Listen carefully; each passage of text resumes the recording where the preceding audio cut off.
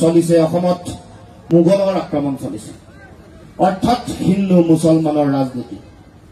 যেতিয়াই ৰাইজে শিক্ষাৰ কথা কয় যেতিয়াই ৰাইজে সংস্থাপনৰ কথা কয় তেতিয়াই চৰকাৰে কয় অসমত মিয়া মিউজিয়াম বনাব খুজিছে যেতিয়াই ৰাইজে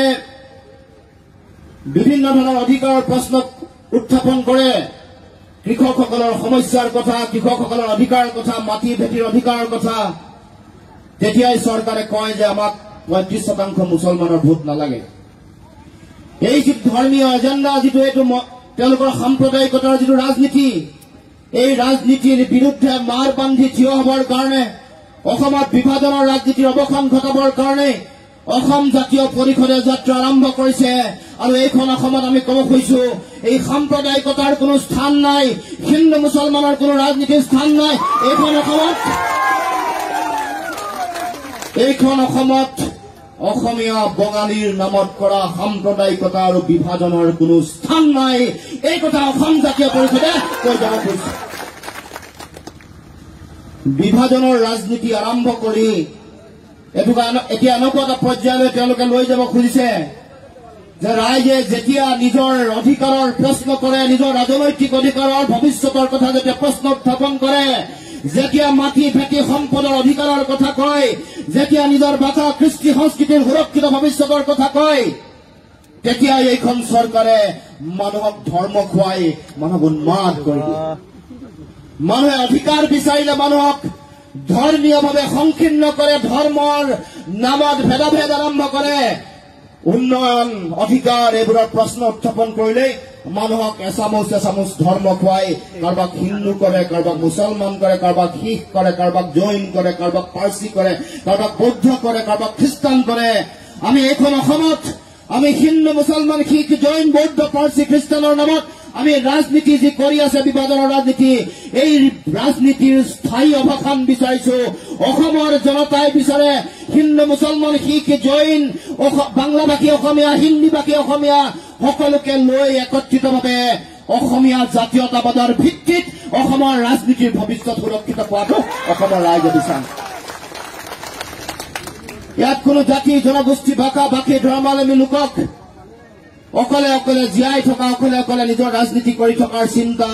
পৰিকল্পনা অসম জাতীয় পৰিষদে কেতিয়াও কৰা নাই কেতিয়াও হ'বলৈ নিদিয়ে এইখন অসম আমাৰ সদায় সকলোৰে কাৰণে প্ৰথম হৈ আছিল আমাৰ সেইকাৰণে আমাৰ প্ৰথম শ্লোগানটোৱেই হ'ল অসম প্ৰথম আৰু সদায় আৰু চিৰদিন অসম প্ৰথম সদায় চিৰদিন এই কাৰণে হৈ থাকিব লাগিব কাৰণ য'ত আমি জীয়াই আছো যিখন অসমে আমাক জীয়াই থাকিবলৈ মাটি দিছে মাটিৰ ওপৰত শস্য দিছে যি শস্য খাই আমি জীয়াই আছো এই অসমৰ হাৱা পানী অক্সিজেন লৈ জীয়াই থকাৰ পাছত আমাৰ সকলোৰে অসম মাতৃৰ প্ৰতি দায়বদ্ধতা আছে সকলোৰে দায়িত্ব আছে অসম মাতৃৰ পূজা কৰি অসমক প্ৰথম কৰি ৰাখিবৰ কাৰণে অসমৰ জনগণে সংকল্প ল'ব লাগিব শপত ল'ব লাগিব আৰু সেই কাৰণে আমাৰ সকলোৰে কাৰণে অসম প্ৰথম হৃদয়ত আমাৰ অন্তৰাত্মা আমাৰ মন মগজুত সদায় অসম প্ৰথম পুৱা গধূলি দিনে ৰাতিয়ে পূজাৰ বেদীত মন্দিৰে মছজিদে কেৱল মাত্ৰ অসম মন্ত্ৰীৰ বন্দনা হ'ব লাগিব কেৱল মাত্ৰ অসমৰ পূজা অৰ্চনা হ'ব লাগিব এয়াই অসম জাতীয় পৰিষদৰ মূল কথা আৰু যিসকলে হিন্দু মুছলমান কৰিব খুজিছে যিসকলে অসমীয়া বঙালীৰ নামত বিভাজন কৰিব খুজিছে সেই সকলো কৈ দিব খোজো অসমৰ জনতাই জীৱনে মৰণে অসমীয়া হৈ জীয়াই থাকিব খোজে শয়নে সপোনে অসমীয়া হৈ জীয়াই থাকিব খোজে আৰু অসমৰ মানুহৰ এই চিন্তাত সৰ্বানন্দ সোণোৱাল আৰু হিমন্ত বিশ্ব শৰ্মাই কেতিয়াও বাধা দিব নোৱাৰে এয়া অসমৰ জনগণৰ সপোন আৰু এই সপোনক লৈ জীয়াই আছে সেই সপোনক লৈ জীয়াই থাকিব সৰ্বকালৰ কাৰণে এখন অসমত আমি জাতীয়তাবাদৰ ভেটি সুদৃঢ় কৰিবৰ কাৰণে আমি সকলোৱে অসমীয়া জাতীয়তাবাদৰ মাজত বিলীন হ'ব লাগিব শয়নে সপোনে জীৱনে মৰণে মই নিজকে অসমীয়া বুলি গৌৰৱবোধ কৰি পৃথিৱীৰ মানুহৰ আগত অসমৰ গৌৰৱ উজ্জ্বল বিজয় নিশান নীলিম আকাশত উৰুৱাবৰ কাৰণে সকলোৱে শপত ল'ব লাগিব সকলোৱে সংকল্প ল'ব লাগিব ৰাইজ এইখন অসম শংকৰ আজানৰ অসম এইখন অসমত স্বৰ্গদেউ চাওলুং চুকাফা মহাৰাজ নৰনাৰায়ণে ৰাজনৈতিকভাৱে জাতি গঠন প্ৰক্ৰিয়া যেতিয়া আৰম্ভ কৰিলে শংকৰদেৱ মাধৱদেৱ গুৰুজনাই যেতিয়া জাতিৰ প্ৰাণ প্ৰতিষ্ঠা কৰিলে শংকৰদেৱ আৰু আজান ফকীৰৰ যি সমন্বয়ৰ আদৰ্শ লৈ অসমৰ সমাজ জীৱন আগবাঢ়ি গৈছে সেইকাৰণে ইয়াত কোনেও বিভাজনৰ ৰাজনীতিয়ে কেতিয়াও অসমৰ জনতাক কেতিয়াও তলাব পৰা নাই কেতিয়াও প্ৰৰোচিত কেতিয়াও বিভাজিত কৰিব পৰা নাই বাবৰি মছজিদ যেতিয়া ধ্বংস কৰিছিল ভাৰতবৰ্ষৰ বিভিন্ন প্ৰান্তত মানুহৰ মাজত বিভাজনৰ ৰাজনীতি ধৰ্মৰ নামত মানুহৰ মাজত হাই কাজিয়া হৈছিল কিন্তু এইখন অসমত সেই সময়ত কেতিয়াও কোনো প্ৰান্তত কেতিয়াও হিন্দু মুছলমানৰ মাজত কেতিয়াও বিভাজন হোৱা নাছিল আনকি হাজোৰ সেই মণিকূট উৎসৱ সেই দিনতে আৰম্ভ হৈছে সমন্বয়ৰ শোভাযাত্ৰা য'ত হাজোৰ পুৱা মক্কাৰ ইমাম আৰু মাধৱ মন্দিৰৰ দলে একেলগে পতাকা উত্তোলন কৰি ফ্লেগ হোষ্টিং কৰি অসমৰ মানুহৰ সমন্বয়ৰ বাৰ্তা ভাৰতৰ মানুহলৈ দিছে ভাৰতবৰ্ষৰ ৰাজ্যক জনাই দিছে যে অসমত যিমান এনেকুৱা ধৰণৰ সাম্প্ৰদায়িকতাৰ ব্লু প্ৰিণ্ট আৰু ষড়যন্ত্ৰ ৰচনা নকৰা লাগিলে অসমৰ ৰাইজে শংকৰ ৰাজনৰ আদৰ্শৰে জীয়াই থাকিব সমন্বয়েৰে জীয়াই থাকিব ইয়াত কোনোৱে বাধা ৰাখিব নোৱাৰে না বিজেপিয়ে বাধা দিব না আৰএছএছে বাধা দিব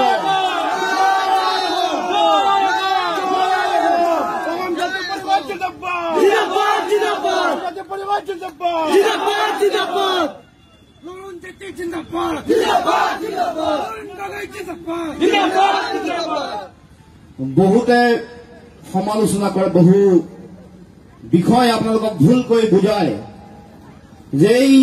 ৰাজনৈতিক দলটো সদৌ অসম ছাত্ৰ সন্থা আৰু অসম জাতীয় পৰিষদে জন্ম দিছে গতিকে এই দলটো কেনেবাকৈ বেংগলী বিদ্বেষী নেকি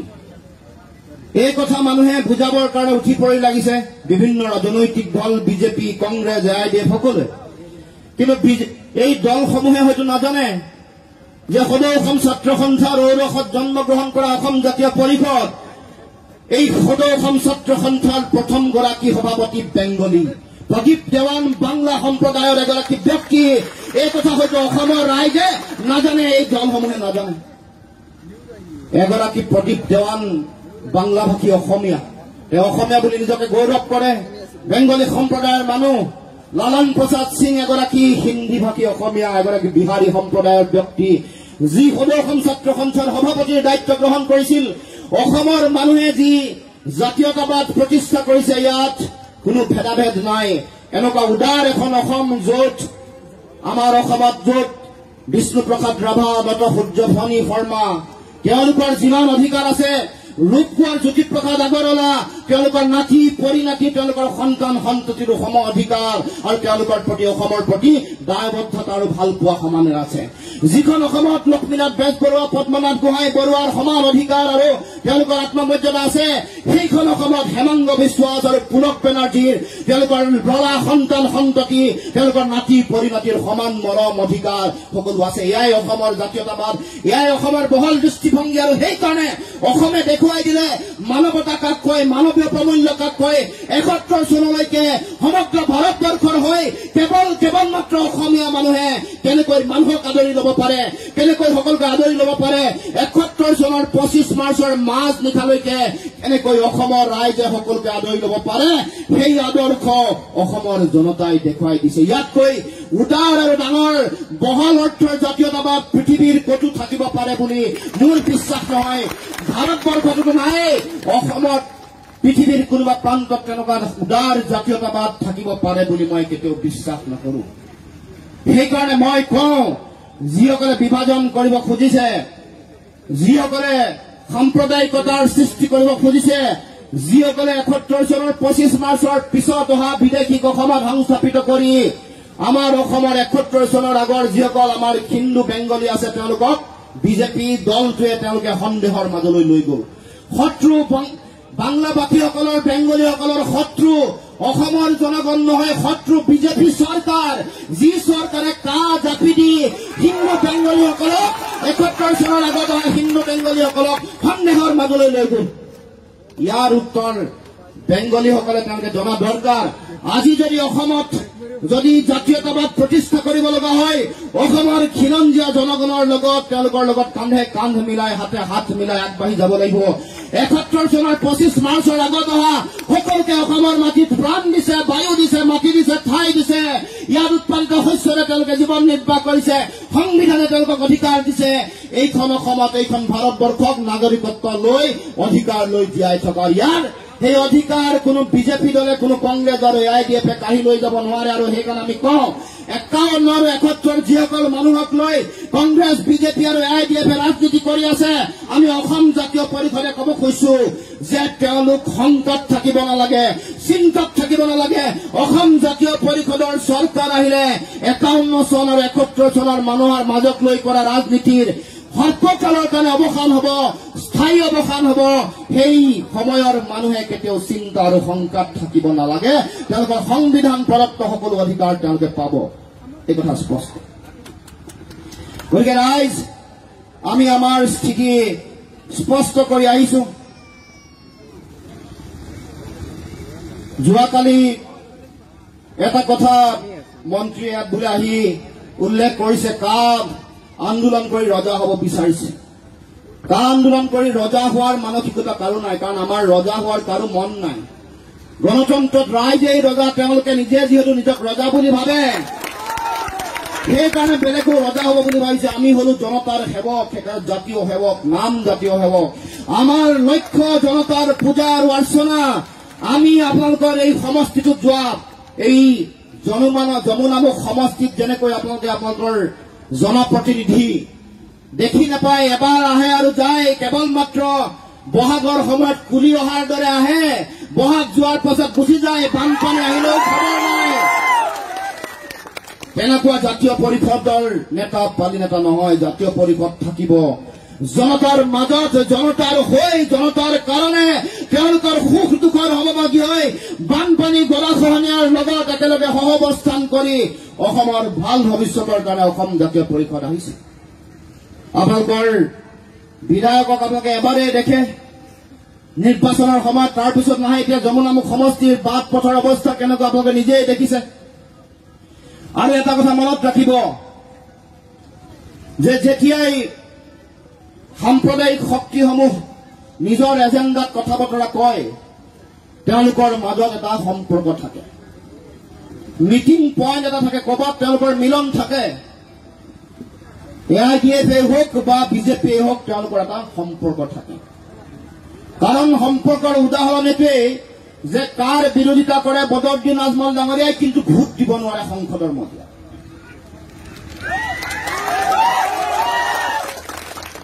এয়াই সম্পৰ্ক বিজেপিৰ লগত হিমন্ত বিশ্ব শৰ্মা ডাঙৰীয়াৰ লগত বদৰুদ্দিন আজমল ডাঙৰীয়াৰ ৰাতি হলে ব্যৱসায়ৰ কথা পাতে হিমন্ত বিশ্ব শৰ্মাই ভয় খুৱাই যে বেছি কথা নকব হুজুৰ কথা কলে আপোনাৰ ID ৰেড মাৰি দিয়া হ'ব বেছি কথা নকব হুজুৰ CBI লগাই দিম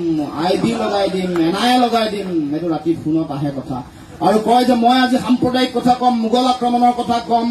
মই আজি মিয়া মিউজিয়ামৰ কথা কম ৩৫% মুছলমানৰ ভোট নালাগে বুলি কম এইবোৰ কম আপুনি পিছফালে এখন উৰ্দু বা বেলেগ ভাষাত এখন বেনাৰ লগাই দিব যাতে অসমত এটা সাম্প্ৰদায়িক পৰিৱেশ সৃষ্টি হয় আৰু ৰাতি মেচ ফিক্সিং হৈ যায় ক্ৰিকেট মেচ বোৰ ফিক্সিং যেনেকে হয় হিমন্ত বিশ্ব শৰ্মা ডাঙৰীয়া আৰু আজমল ডাঙৰীয়াৰ নিশাত ফিক্সিং হয় যাতে তেওঁলোকে তেওঁলোকৰ ব্যৱসায় সুৰক্ষিত কৰি ৰাখিব পাৰে অসমৰ ব্যৱসায় বেংগলোৰৰ ব্যৱসায় ভাৰতবৰ্ষৰ প্ৰতিখন মহানগৰত থকা ব্যৱসায় এইবোৰ যাতে সুৰক্ষিত কৰিব পাৰে যাতে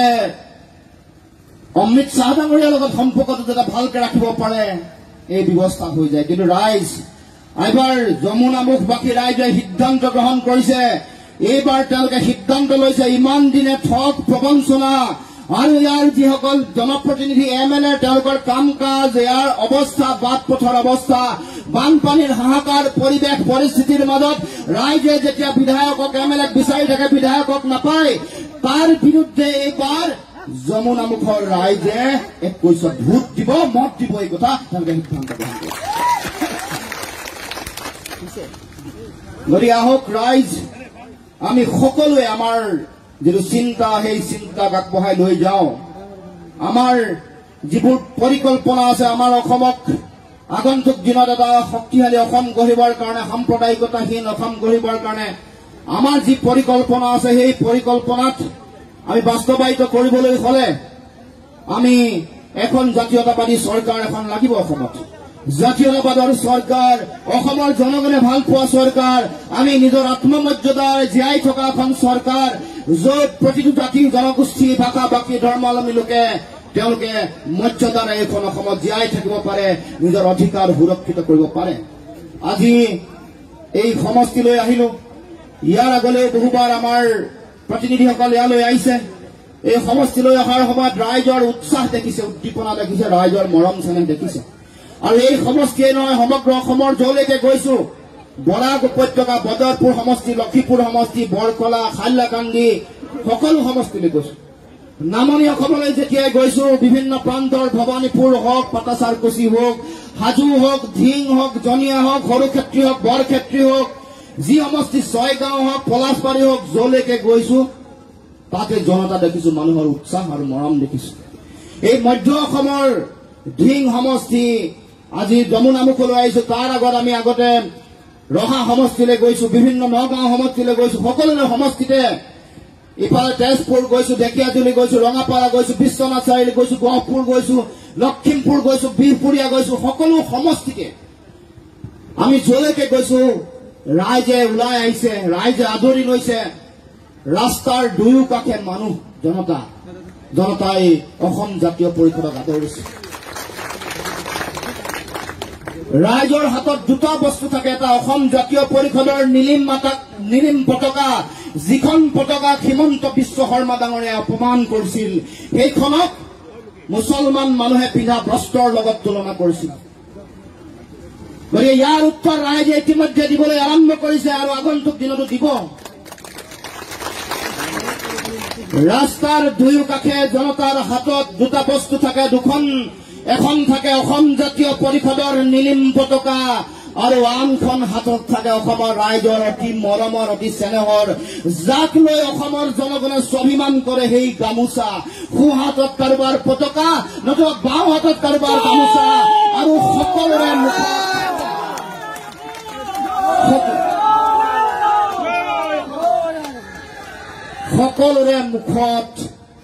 সকলোৰে মুখত অসম জাতীয় পৰিষদ জিন্দাবাদ ধ্বনি গতিকে ৰাইজৰ এই মৰম ৰাইজৰ এই চেনেহ ৰাইজৰ এই উৎসাহ উদ্দীপনা ৰাইজৰ আশা আমাৰ মহিলাসকলৰ নাৰীসকলৰ চকুপানী আশা ভৰা চকুপানী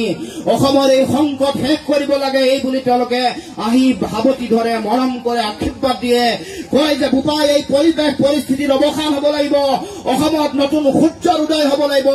যি সূৰ্যৰ পোহৰত বহি আমি একেলগে সগৌৰৱে জয়াই অসম ধ্বনি দিব পাৰো অসম মাতৃৰ বন্দনা কৰিব পাৰো পূজা কৰিব পাৰো তেনেকুৱা এখন অসম লাগে তেনেকুৱা পৰিৱেশ ঘূৰি আহিব লাগে সেই আশা আমাৰ মাতৃসকলে কৰে গতিকে এই মৰম চেনেহ আশা উদ্দীপনা হয় সহযোগিতা দেখি মই দৃঢ়তাৰে কৈছো মই আত্মবিশ্বাসেৰে কৈছো মই আত্মপক্ষৰে কৈছো যে 21 অসমত এখন জাতীয় চৰকাৰ হ'ব এখন জাতীয়তাবাদৰ চৰকাৰ হ'ব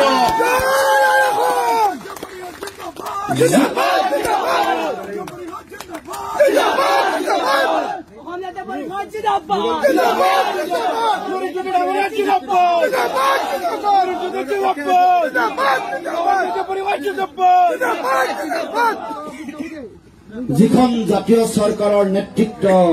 প্ৰদান কৰিব অসম জাতীয় পৰিষদ যিখন জাতীয় চৰকাৰ যিখন জাতীয়তাবাদ চৰকাৰ আহিব 21 তাৰ নেতৃত্ব প্ৰদান কৰিব আপোচবিহীন স্বাভিমানী ৰাজনৈতিক ধাৰা আৰু শক্তি অসম জাতীয় পৰিষদে এই কথা নিশ্চিত আজি যমুনামুখবাসীৰ সন্মুখত এই কথা কৈ গৈছো আৰু আমি বিচাৰিছো সেই চৰকাৰত যমুনামুখবাসীৰ ৰাইজো অংশ হ'ব তেওঁলোকে অংশীদাৰিত্ব গ্ৰহণ কৰিব এইটো আমি বিচাৰিছো আপোনালোকৰ পৰা সেই মৰম সুভাষিস আৰু আশীৰ্বাদ বিচাৰিছো কাৰণ অকল মৰম আৰু আপোনালোকে আশীৰ্বাদ দিলেই নহব ইয়াক ভোটলৈ পৰিৱৰ্তন কৰিব লাগিব ইভিএম মেচিনত জাতীয়তাবাদৰ পক্ষত অসম জাতীয় পৰিষদৰ পক্ষত বুটাম টিপি অসমত এখন শক্তিশালী স্বাভিমান চৰকাৰ, যিখন চৰকাৰে নিজৰ মেৰুদণ্ড পোনাই থাকিব, নিজৰ শিৰ উচ্চ কৰি থাকিব, দিল্লীৰ মোদীৰ চকুত ৰঙা চকুত কেতিয়াও ভয় নাখায়, মোদীৰ ৰঙা চকুত চকুত হৈ কথা কব, অসমৰ ৰাইজৰ অধিকাৰ আদৰি আনিব, কেতিয়াও বহতীয়া নহয়, স্বাভিমানী হৈ জীয়াই থাকিব, তেনেকুৱা এখন চৰকাৰ আপোনালোকে প্ৰতিষ্ঠা কৰিব লাগিব 21ৰ নিৰ্বাচনত। গতিকে ৰাইজ, সন্মুখত সময় বহুত কম, বৰ বেছি সময় আমাৰ নাই, কিন্তু ৰাতিৰ ভিতৰত গড় সাজিব লাগিব। কাৰণ যিখন অসমত ৰাতিৰ ভিতৰত গড় সাজি আমি অসম ৰক্ষা কৰিছিলো, এইখন অসম, সেই অসমৰে আমি সন্তান সন্ততি নাতি ফৰি নাতি। গতিকে ৰাতিৰ ভিতৰত নোহোৱা নোপোৱা কাম আমি কৰি তুলিবৰ কাৰণে আপোনালোকে সকলোৱে সংকল্প লওক, সকলোৱে আগবাঢ়ি আহক। 21ৰ নিৰ্বাচনলৈ বৰ বেছি সময় নাই। এই সময়ত আমি সকলোৱে সজাগ সচেতন। যিমানবোৰ প্ৰলোভন দিছে, যিমান প্ৰলোভনৰ ৰাজনীতি কৰিছে, সকলো ৰাজনীতি উফৰাই সাম্প্ৰদায়িক ৰাজনৈতিক দলসমূহক অসমৰ মাটিৰ পৰা পুলিয়ে পোখাই উৎখাত কৰিবৰ কাৰণে আপোনালোকে ব্যৱস্থা গ্ৰহণ কৰিব লাগিব, আপোনালোকে সিদ্ধান্ত গ্ৰহণ কৰিব লাগিব। এতিয়া ৰাইজক প্ৰলোভন আৰম্ভ কৰি দিছে। বিনামূলীয়া চাউল খুৱাইছে নেকি? বিনামূলীয়া চাউল খুৱাইছে যদি খাব, নাখাবলৈ মানা কৰা নাই। যিমান দিয়ে ল'ব, আৰু যদি কমকে দিছে, যিটো হিচাপৰ চাউল পাব লাগে সেইটোও ল'ব। কাৰণ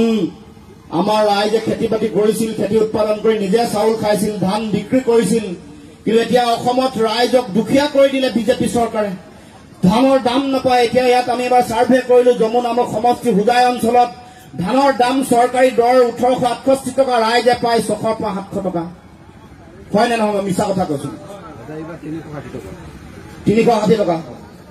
360 টকা ধান উৎপাদন কৰোতে খৰচ হয় 400 450 টকা,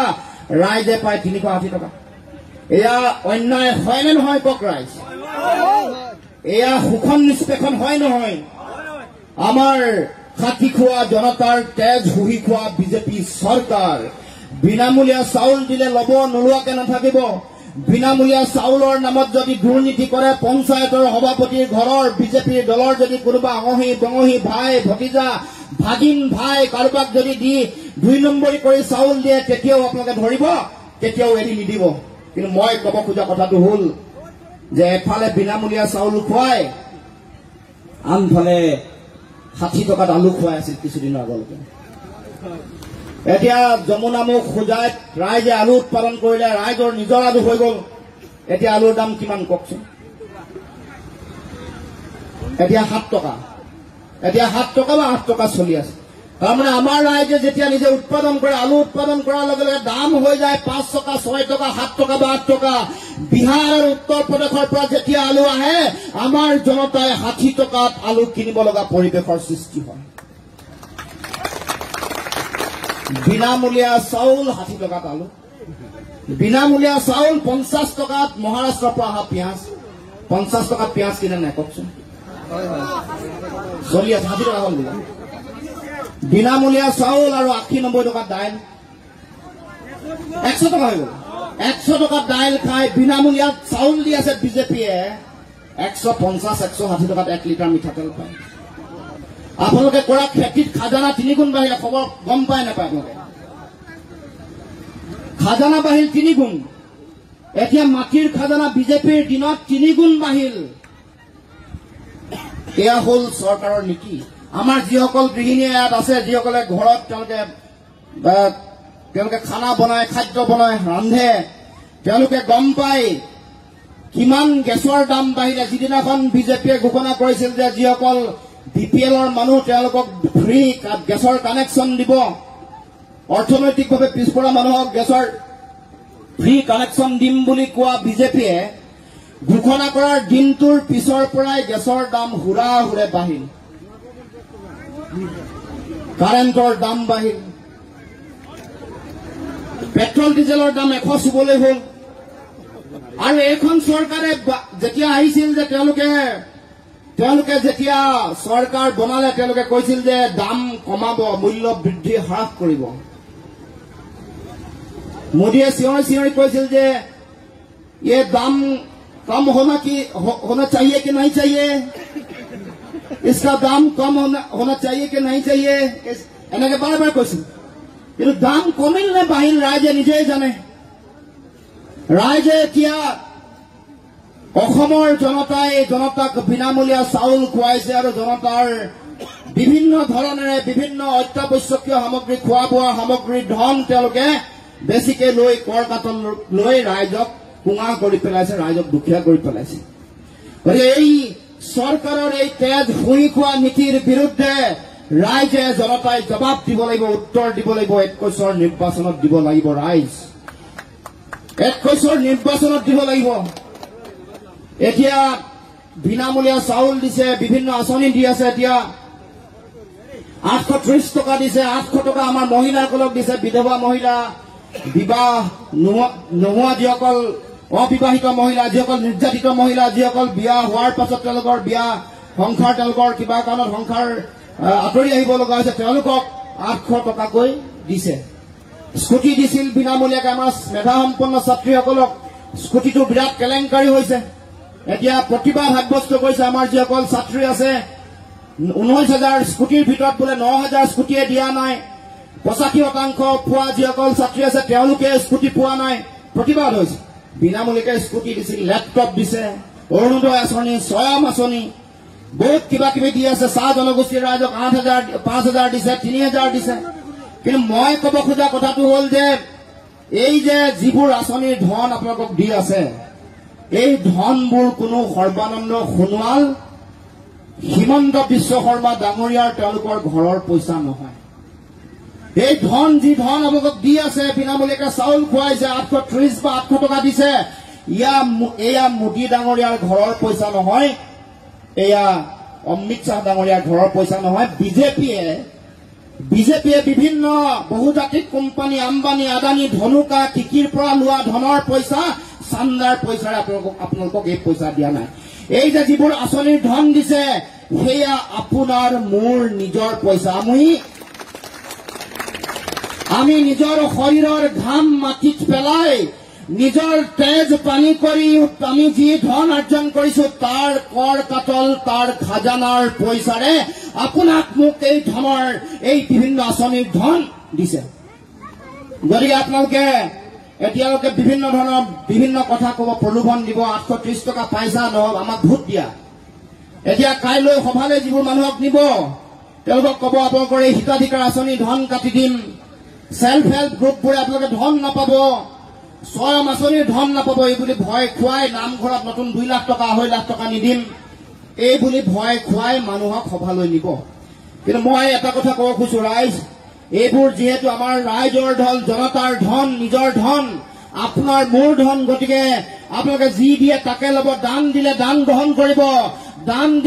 গ্ৰহণ কৰিব কিন্তু নিজৰ মগজু নিজৰ বিবেকক কেতিয়াও বিক্ৰী নকৰিব ৰাইজ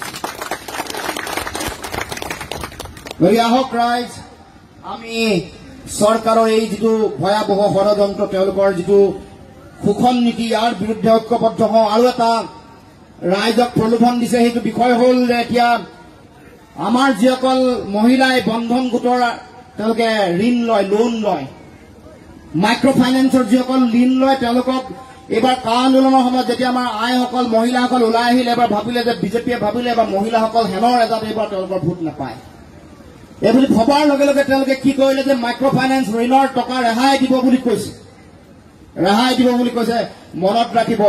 পৃথিৱীৰ ভিতৰত যদি শ্ৰেষ্ঠ মিছলীয়া ৰাজনৈতিক দল আছে তেতিয়াহ'লে বিজেপি দলটো কিমান মিছা কথা কৈছে মিছা কথা কৈ এতিয়া মিছা ক'বলৈ তেওঁলোকৰ আৰু বাকী নাই কোনো মিছা ক'বলৈ বাকীয়ে নাইকিয়া হৈ গ'ল ইমানে মিছা কৈছে যোৱা 5 বছৰত গতিকে তেওঁলোকে এতিয়া এইটো কথাক লৈ আপোনালোকক আৰু এবাৰ ঠগিব বিচাৰিছে কাৰণ যেতিয়া বেংকত কোনোবা এটা লোন ৰেহাই দিয়ে ঋণ যেতিয়া মাফ কৰি দিয়ে তেতিয়া বেংকৰ পৰা তেওঁলোকে কোনো ধৰণৰ ঋণ ঘূৰাই দিব নালাগে লোন ঘূৰাই দিব নালাগে বুলি এখন চাৰ্টিফিকেট দি দিয়ে এনঅ'চি এখন দি দিয়ে ক্লিয়াৰেন্স চাৰ্টিফিকেট দি দিয়ে হয়নে কিন্তু কোনো ৰাইজে মাইক্ৰ ফাইনেন্সৰ লোন লোৱা কোনো ৰাইজক বিজেপি দলে এতিয়ালৈকে কোনো ধৰণৰ এনঅ'চি দিব পৰা নাই কোনো ধৰণৰ চাৰ্টিফিকেট ক্লিয়াৰেন্স চাৰ্টিফিকেট দিয়া নাই গতিকে ৰাইজ এইবাৰ যদি সেই কথাটো ক'বলৈ আহে কাৰণ হিমন্ত বিশ্ব শৰ্মা ডাঙৰীয়াৰ আপোনালোকে জানে তেওঁৰ কথা বতৰা কিমান মানুহক ঠগিব পাৰে। কাৰণ তেওঁ ছাত্ৰ জীৱনৰ পৰা যেতিয়াৰ পৰা ৰাজনীতি কৰি আছে তেতিয়াৰ পৰাই কিমান ঠগিছে ৰাইজে দেখি আহিছে। আজি ছাত্ৰ সন্থা, কাইলে কংগ্ৰেছ, পিছদিনাখন এদিন আলফা, এদিন চালফা, এদিন কংগ্ৰেছ, এদিন বিজেপি, এদিন AIDF, এদিন জাতীয় পৰিষদলৈ আহিবলৈ লাইন পাতিব পাৰে, একো ঠিক নাই। গতিকে এইবাৰ যদি এনেকুৱা মিছা কথা কয় আপোনালোকে ক'ব যে আমাক বাওঁ হাতত সেই NOC-খন দি দিয়ক, সোঁ হাতত NOC দিয়ক, আৰু পিছদিনাখনে আপোনালোকৰ লগত কথা পাতিম। গতিকে মিছা কথাত ভুল নাযাব আৰু সাৱধানে থাকিব বিজেপিৰ পৰা। আপোনালোকক মিছাকে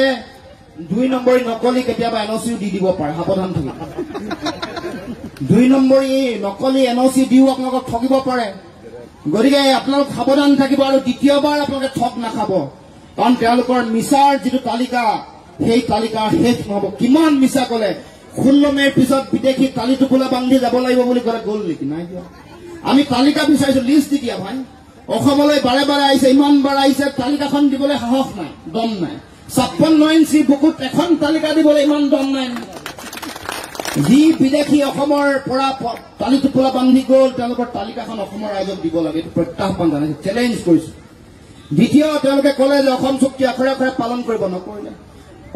অসম চুক্তিৰ 6 নম্বৰ দফা কাৰ্যকৰী কৰিব বুলি কৈছিল, নাই কৰা আজিলৈকে। 8 মাহ পাৰ হৈ গ'ল, 9 মাহ অতিক্ৰম কৰিলে, আজিলৈকে কৰিব পৰা নাই। ভাৰত বাংলাদেশ সীমান্ত চিল কৰিম কৈছিল, নাই কৰা। তেওঁলোকে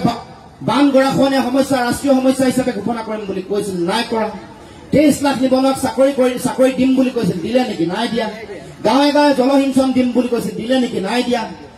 চাহ জনগোষ্ঠীয় অঞ্চলসমূহত চাহ বাগিচাসমূহত 100খন বিদ্যালয় দিম বুলি কৈছিল, দিলে জানো? ভেঞ্চাৰ বিদ্যালয়সমূহৰ যিবোৰ সমস্যা আছে সমাধান কৰিম বুলি কৰিলে নেকি? প্ৰাথমিক বিদ্যালয়ত প্ৰধান শিক্ষকৰ সমস্যা আছে, বহু দিনৰ পৰা নিযুক্তি হোৱা নাই, আজিলৈকে দিয়া নাই। মাধ্যমিক বিদ্যালয়সমূহত বিষয় শিক্ষকৰ অভাৱ, ইংৰাজী, অংক আৰু বিজ্ঞানৰ বিষয় শিক্ষকৰ অভাৱ। তেওঁলোকে কৈছিল যে নিযুক্তি দিব, দিয়া নাই। 92 চনৰ পৰা মহাবিদ্যালয়সমূহত অধ্যাপক অধ্যাপিকা নিযুক্তি হোৱা নাই, তেওঁলোকে দিম বুলি কৈছিল, দিয়া নাই। বৃহৎ নদী বান্ধৰ কাম বন্ধ কৰিম বুলি কৈছিল, সৰু সৰু মাইক্ৰ ডেমক লৈ তেওঁলোকে পোষকতা কৰিছিল, এই কথা তেওঁলোকে জানো কৰিলে? এই কৰোনাৰ সময়ত তেওঁলোকে ৰাতি ৰাতি বৃহৎ নদী বান্ধৰ সামগ্ৰী ৰাস্তাৰ ওপৰত তেওঁলোকে পাৰ কৰাই লৈ গ'ল। গতিকে এয়াই হ'ল তেওঁলোকৰ তালিকা, আৰু কিমান কম অলেখ অযুত তেওঁলোকৰ তালিকা। তেওঁলোকে অসমক প্ৰথম কৰিম বুলি কৈছিল, প্ৰথম কেৱল মাত্ৰ কেইটামান কথাতে হ'ল। অসমত নাৰীজনিত সমস্যা ভাৰতবৰ্ষৰ ভিতৰতে প্ৰথম। অসমত আটাইতকৈ ধৰ্ষণজনিত সমস্যা আটাইতকৈ বেছি অসমতে প্ৰথম। অপৰাধজনিত সমস্যা অসমত আটাইতকৈ বেছি প্ৰথম। যিসকল প্ৰসূতি তেওঁলোকৰ মৃত্যুৰ হাৰ ভাৰতবৰ্ষৰ ভিতৰতে অসমৰ প্ৰথম। যিসকল জন্ম হোৱা শিশুৰ মৃত্যুৰ হাৰ ভাৰতবৰ্ষৰ ভিতৰতে অসম প্ৰথম। এয়াই হ'ল অসমৰ স্বাস্থ্য বিভাগৰ তেওঁলোকৰ স্বীকৃতি, তেওঁলোকৰ চাৰ্টিফিকেট। ইয়াক আৰু কি দিব লাগিব কওক? গতিকে প্ৰথম কৰিম অসম বুলি কৈছিল, তেওঁলোকে প্ৰথম কেৱল মাত্ৰ এই গোটেই কথাবোৰত কৰিলে। অসম প্ৰথম হ'ব লাগিছিল মাছ উৎপাদনত, অসম প্ৰথম হ'ব লাগিছিল মাংস উৎপাদনত, অসম প্ৰথম হ'ব লাগিছিল ধান উৎপাদনত, চাউল উৎপাদনত, অসম প্ৰথম হ'ব লাগিছিল গাখীৰ উৎপাদনত। এইবোৰ ভাৰতবৰ্ষৰ ভিতৰতে শেষৰ ফালৰ পৰা প্ৰথম 3টা বা 4টা স্থানত অৱস্থান কৰিছে। এয়াই হ'ল তেওঁলোকৰ অসমৰ প্ৰতি দায়িত্ব এইখন বিজেপি চৰকাৰ। গতিকে এই চৰকাৰে এই অঞ্চলক লৈও এই অঞ্চলৰ বিভিন্ন ব্যৱসায়ক লৈও তেওঁলোকে বহু প্ৰতিশ্ৰুতি দিছিল। তেওঁলোকে ইয়াত এই অঞ্চলৰ এই যমুনামুখ বা হোজাই অঞ্চলৰ ৰাইজ অগৰুৰ ব্যৱসায়ৰ লগত জড়িত, সাঁচি গছৰ ব্যৱসায়ৰ লগত জড়িত। এই অঞ্চলৰ ৰাইজে বহু দিনৰ পৰা দাবী কৰি আহিছে, যিহেতু এতিয়া অগৰু ৰাইজে খেতি কৰে, সকলোৱে খেতি কৰা অগৰু বা সাঁচি গছ তেওঁলোকে সকলোৱে তাৰ পৰা কালেকশ্যন কৰি তেওঁলোকে সংগ্ৰহ কৰি আনে, ব্যৱসায় তেওঁলোকে চলাই আছে। এই ব্যৱসায়টো যদি ডিৰেগুলাৰাইজ কৰি দিয়ে বা এইটো যদি লিগেলাইজ কৰি দিয়ে, তেতিয়াহ'লে ইয়াৰ ধন চৰকাৰে পায়, ইয়াৰ অজহ চৰকাৰে পায়, এই কথা এই অঞ্চলৰ ৰাইজে দাবী জনাই আহিছে। কিন্তু কিবা এটা চক্ৰত, কিবা এটা ষড়যন্ত্ৰ বা তেওঁলোকৰ কমিশ্যন, তেওঁলোকৰ কথা বতৰা, ব্যৱসায়িক গোষ্ঠীৰ স্বাৰ্থত এই অঞ্চলৰ ৰাইজৰ এই ব্যৱসায়টো বা এই সাঁচি গছৰ খেতিক এই ব্যৱসায়টোক তেওঁলোকে লিগেলাইজ কৰিবৰ কাৰণে তেওঁলোকে ব্যৱস্থা গ্ৰহণ কৰা নাই, কোনো ধৰণৰ ব্যৱস্থা গ্ৰহণ কৰা নাই। আমাৰ চৰকাৰ আহিলে, আমি অসম জাতীয় পৰিষদৰ চৰকাৰ আহিলে সাঁচি গছৰ খেতি আৰু এই ব্যৱসায়টো আমি লিগেলি আমি কৰিবৰ কাৰণে ব্যৱস্থা গ্ৰহণ কৰি দিম।